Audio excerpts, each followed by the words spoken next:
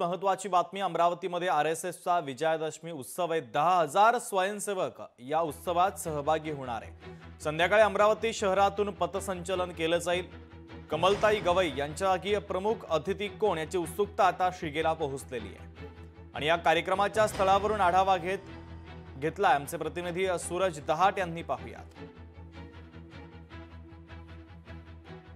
राष्ट्रीय स्वयंसेवक संघ अर्थातच आरएसएसला ज्या 100 वर्ष पूर्ण झालेली आहेत त्याच निमित्त जर पाहिलं 100वी जन्मशताब्दी आहे।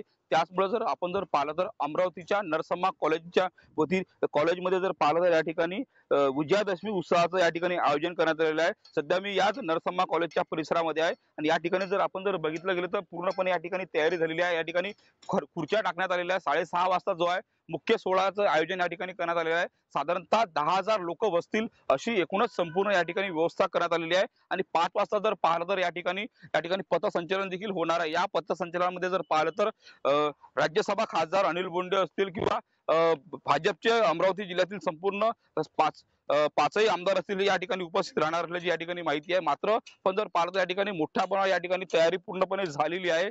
कमलताई गवई या कार्यक्रमाला उपस्थित राहणार का याकडे संपूर्ण या ठिकाणी एकूणच लक्ष लागलेलं आहे। त्यामुळे कमलताई गवई या कार्यक्रमाच्या प्रमुख अतिथी आहे। मात्र कमलताई गवई जर या कार्यक्रमाला आल्या नाहीत तर त्यांच्या जागी कोण उपस्थित राहणार आहे किंवा कमलताई गवई या कार्यक्रमाला येणार आहे का याची संपूर्ण उत्सुकता आहे या ठिकाणी लागलेली आहे।